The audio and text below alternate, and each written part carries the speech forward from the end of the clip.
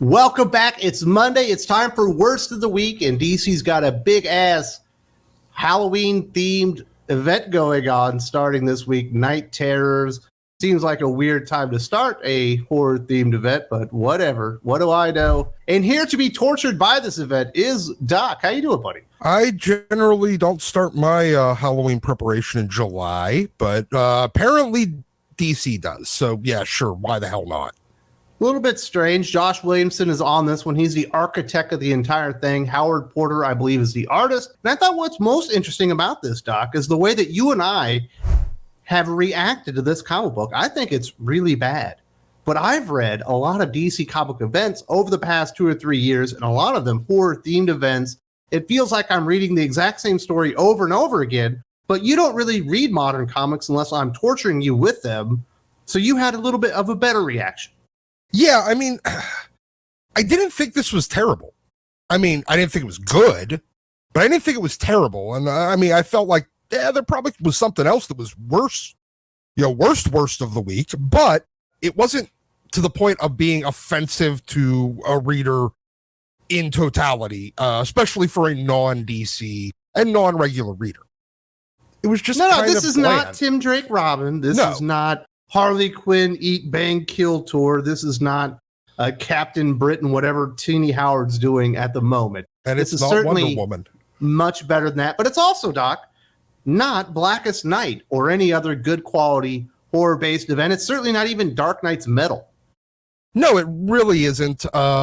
Nothing in here really spoke to me and made me think, wow, this is so much bigger than just a run-of-the-mill dead man story. It seems like it's just a way to waste some time and convince people to buy a bunch of books they're not already buying. Well, I don't think that's happening. I think they're convincing people to not buy some books they're already buying. Let's get into this story and talk about what's going on here. Let's talk about the Howard Porter art first. I think Howard Porter is a very good artist. I do not believe that he's like a horror artist, though. This doesn't really fit his style, but he certainly does the best that he can. There's a ton of body horror, especially in the beginning of the book. As we transition to the second half of the book, things get a little bit more like metaphysical, and I do think the artwork and his visual storytelling suffers at that part. I like the old school pencils and all that stuff, but this comic book would have been better off with an inker helping him out. Oh, absolutely. When I think Howard Porter, this is not what I think. And yeah, he really suffers here from the lack of inker. It kind of reminds me of Joshua Cassara. I think he'd be a much better artist if he was being inked by somebody. And I feel like Howard Porter here is right in that same kind of, he's suffering the same problems. It looks unfinished. Greg Capullo, he is not, but not many people are Greg Capullo when it comes to horror-based comic books. So it looks fine, but it certainly doesn't exactly fit in Howard Porter's wheelhouse. When we get into the story, it opens up with John D. Dr. Destiny, a pretty obscure DC Comics villain. I guess is the focal point, at least for the beginning. He's out, I think he's having a picnic with his wife and kids, and then all of a sudden things start happening, and I don't know if they're vomiting or they're spitting teeth out, but all of a sudden things are happening to them, and then he's drawn to the Hall of Justice. You know, I don't mind bringing obscure characters back. In fact, I think that's been one of the highlights of Mark Waid's Batman Superman World's Finest run, but it seems like weird for him to be the focal point, at least for the beginning mystery of this story, to introduce the big villain that we meet by the end.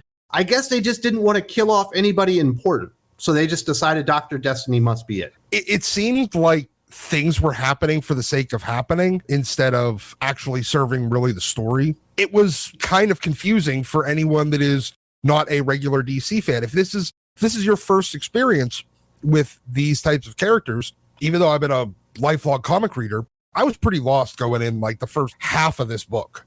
That's not just you. Even if you're a DC Comics like regular reader, this isn't a character that you see very often. And even if you do see him, a lot of times, unless they point out that's Dr. Destiny, you're not even going to realize it. He's that obscure. He's not like a mainstream villain. He was introduced back in the Vertigo days and stuff like this. So I just thought that was a weird choice. I guess the star of the book kind of is Deadman. And I thought it was weird. He pulled a Deadpool in this comic book. They introduce Deadman. They kind of go through his backstory, and he just like turns to the reader and starts talking to you and telling you all the things that happened with him. And then he explains all the things that happened to the Trinity after Dark Crisis on Infinite Earths, or whatever the hell they want to call that. And it felt strange. And I like Deadman. He's a cool enough character and all, but there's like nothing spooky about this book. That's probably the worst aspect of the writing. This is supposed to be a horror comic book, and there's nothing scary or eerie about it, other than the art a little bit. I think that's the biggest flaw of this book is like you end up sitting there more confused than you are scared. If that's your goal with a horror book, you're missing the mark pretty far, because if you want to make us scared of something, you got to make it clear what we're supposed to be scared of. I found the Batman fending off Deadman trying to possess him more funny than scary or eerie. Yeah, same here. Batman vomits Deadman back out when Deadman tries to possess him. I'm like, is this supposed to be like disgusting or disturbing? Because it's just kind of funny. Yeah, so I thought that was strange. Didn't really feel like a good interpretation of Deadman, but I am not the world's greatest Deadman expert. I might be way off the mark on that one. And then obviously everyone ends up showing up the Hall of Justice, because that's where Dr. Destiny John Nee went, and they have to find his body, and it turns out it's not a real body, and that's why Deadman couldn't possess him, although I didn't realize Deadman could possess dead bodies, but I guess it happened in that Wonder Woman book, so that's canon now. And the Trinity are there, and stuff is happening, and then all of a sudden Harley Quinn is there. She's felt pretty out of place because the Hall of Justice has been shut down because they're no longer the Justice League. You know, the Teen Titans are in charge, and then just a bunch of stuff happens. And Harley Quinn's calling because apparently she now works at Arkham. I thought this chick was like an escaped mental patient. I'm pretty sure trying to act like she's a professor now or something. Yeah. I don't know, man. Yeah. They would still be like, look, you're coming back here because you're definitely still crazy. But apparently she is their consulting superhero. So she calls them to tell them, well, John Nee is over here, or John D, or whatever the hell his name is.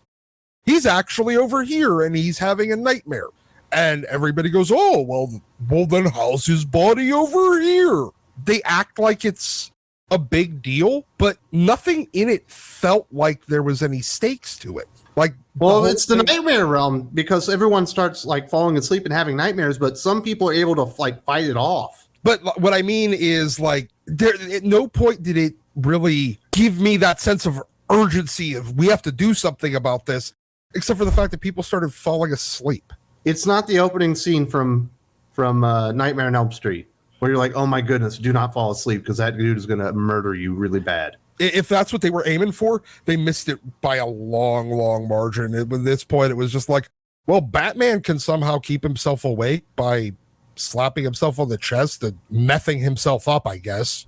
But I guess some people had to stay awake. We get the big reveal at the end of this new villain called Insomnia. I would say that that's not a great new villain design. He doesn't look all that intimidating. He looks like he got the Clockwork Orange like torture treatment and his eyes are messed up. Yeah, there was nothing really menacing about this villain design and nothing really unique about it either. I forgot what he looked like by the time I turned the page. I think he's got like a pink flower on his chest maybe, and maybe he's got some horse feet. Otherwise, he just looks kind of like a generic pale villain with green teeth, I guess.